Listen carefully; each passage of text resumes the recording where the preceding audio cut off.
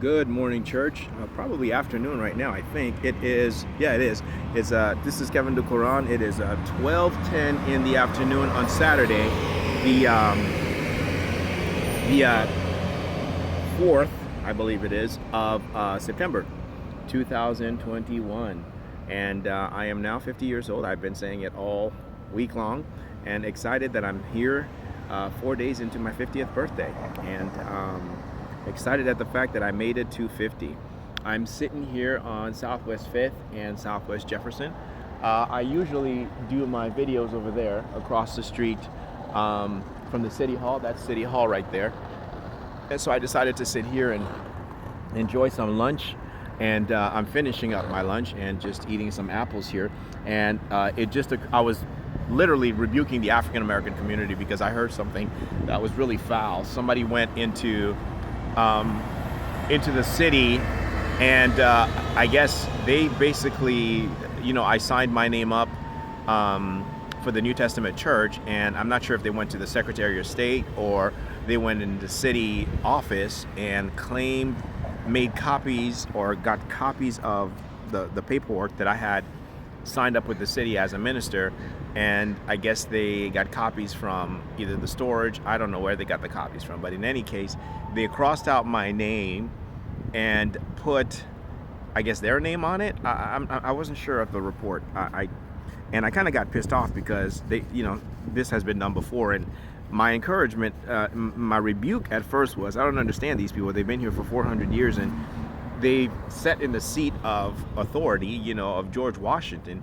Why can't these people come together and, what they said was that somebody needs to run up on me with a knife that has been dipped in snake venom and stab me to death and take my money that's in the bank, because they're going to take my life, they're going to take my money, they're going to take everything that applies to me.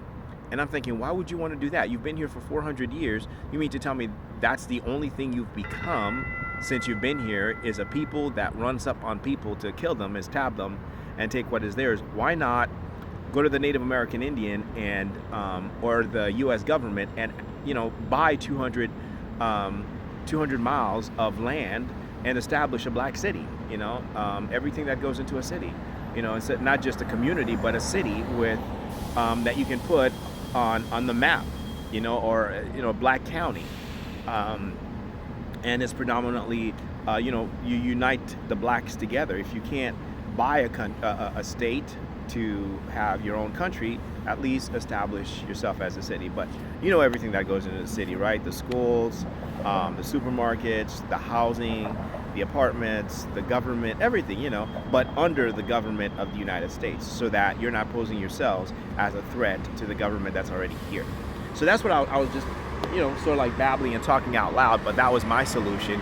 Instead of running up on as they say, run up on a nigger and stab him to death and take what is his.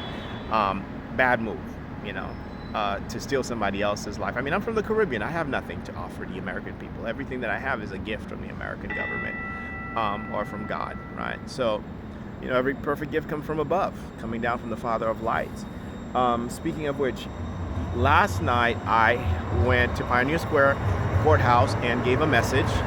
I had just come back from Winco, bought some delicious watermelon. It was so good. I ate the entire thing. It was great. Before that, I had to do that for the 1080, for the SSDI. That I get each month, because remember, I had preached a message. I kind of got heated up, and because of the hit that was on my back. Well, last night they added a new hit. It's a paper cut on my finger. I slept on.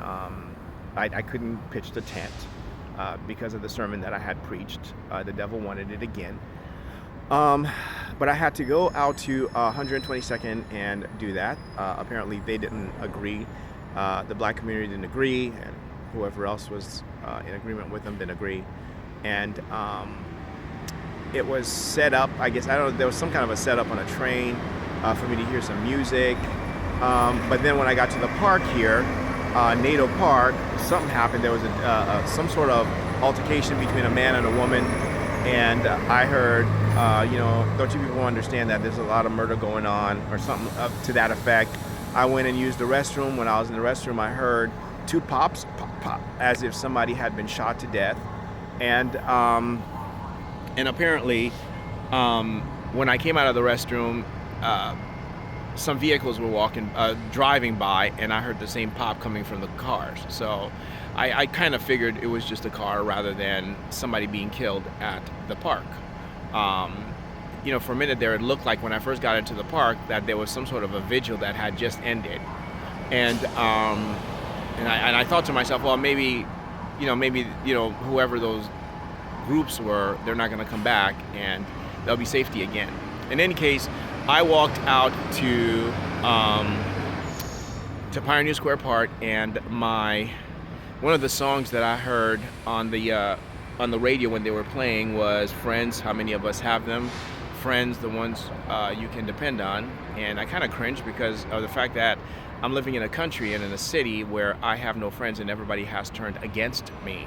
And this process has basically removed everybody that I've ever known. There's nothing I could do about that. And I'm doing the things that I don't want to do. I'm, becoming all things to all men, which was part of my talk. They wanted to know why the heck did I go over there, and it's like, how many times do I have to explain to this community of people that I'm not doing what I want to do?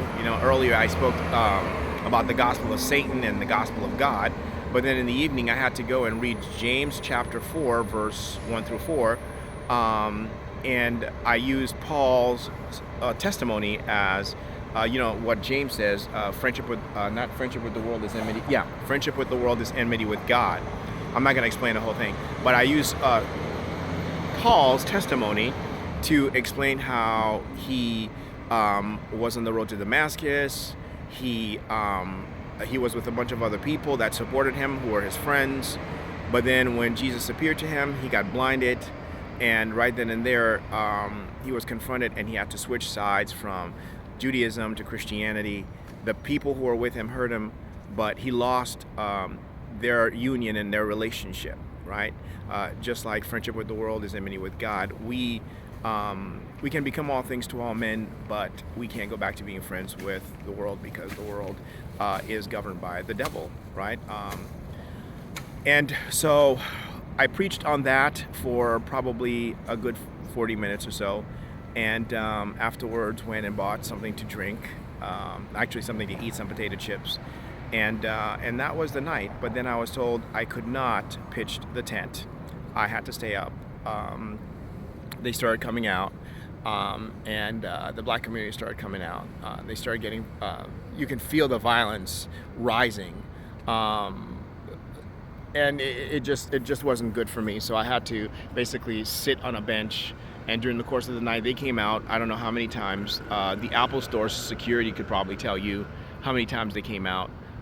They came out, I was hit in the genital, I was hit in the hand. The usual hits, nothing's changed. And so that was it. So now I'm up, and I had to do a little bit of spring cleaning in my storage. There's an altercation with one of the workers who doesn't approve of me being there. And so I'm not exactly sure what the issue is, but that's just where it's at in Portland. I'm on my way now to 24 hours, and then I got to go and work on the bibliography in the library. As far as salvation is concerned, nobody in the city wants our Lord. They don't want to be reconciled to God.